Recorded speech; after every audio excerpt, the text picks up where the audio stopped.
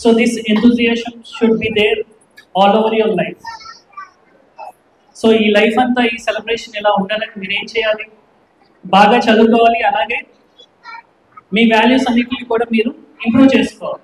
అలా improve చేసుకున్నప్పుడే next Bhagat Singh కానీ, సుభాష్ చంద్రబోస్ కానీ, అబ్దుల్ కలాం కానీ, లేకపోతే మన ముందున్న గడ్డి మాణిక్యాలరావు గారు వంటి వ్యక్తుల్లా మనం అందరం తయారవుతాం.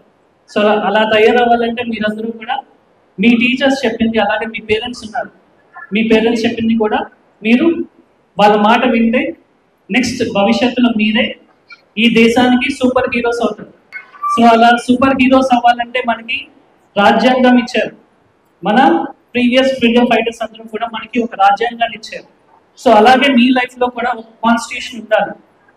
ఆ కాన్స్టిట్యూషన్లో మీరు కూడా రాసుకోవాలి, నా ఫ్యూచర్లో నేను ఒక డాక్టర్ అవ్వాలనుకుంటున్నా, ఒక ఐఏఎస్ అవ్వాలనుకుంటున్నా అని మీ రాజ్యాంగంలో మీరు కూడా రాసుకోవాలి. అలా మీరు రచించుకున్నప్పుడు మీరు ఖచ్చితంగా సూపర్ హీరోస్